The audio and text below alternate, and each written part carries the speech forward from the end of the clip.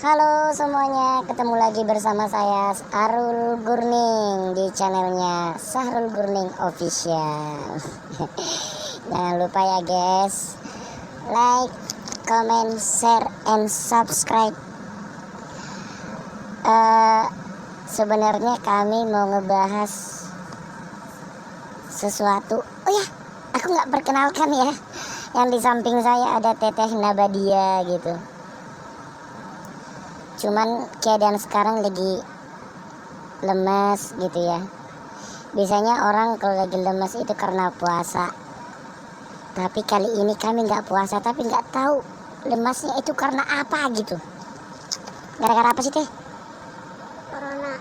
Gara-gara corona. Emang si corona kenal samamu? Enggak sih.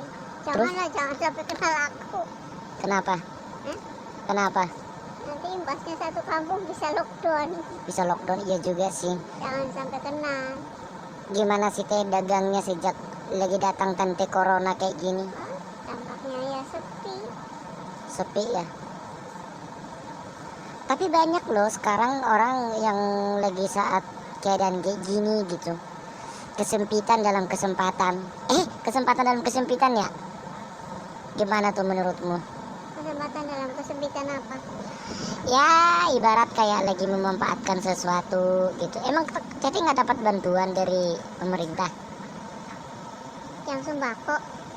Yang sembako, yang langsung tunai atau apalah gitu. Kalau yang sembako enggak. Kalau yang sembako pernah di beras.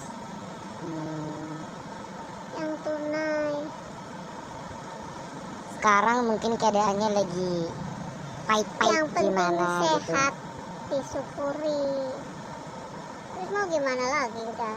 Ini kan penyakit bukan kita yang minta, datang sendiri dari kalau itu dari yang di atas, dari yang maha kuasa. Ya kan? Sebenarnya sih Emang iya. semua juga dampaknya banyak lah. Ekonomi aja dia nggak karuan. Cuma ya disyukuri sajalah. Terus mau bagaimana lagi? Ya kan? Emang semuanya menurun dari yang jualan makanan siap saji, yang jualan sembako, semuanya lah.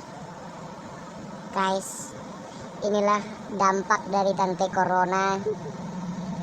Bawaannya lemes gitu ya. Dagangan juga sepi gitu ya. Makan juga kagak nafsu ya. Apalagi sekarang udah new normal ya. Menuju kehidupan Normal baru. kembali. Walaupun belum normal banget, perlahan-lahan ya. Kalian tahu guys, biasanya kami itu kegiatannya sehari-hari ya, kadang-kadang kalau siang-siang kayak gini berteduh. Kalau udah lagi nggak ada matahari baru berjemur gitu, kebalik gitu. Ya kayak ginilah kami guys. Ya mungkin saya harap juga kalian di sana gitu ya, hati-hati, Jaga kesehatan. jaga kesehatan. Kalau tidak perlu di rumah saja, nggak usah.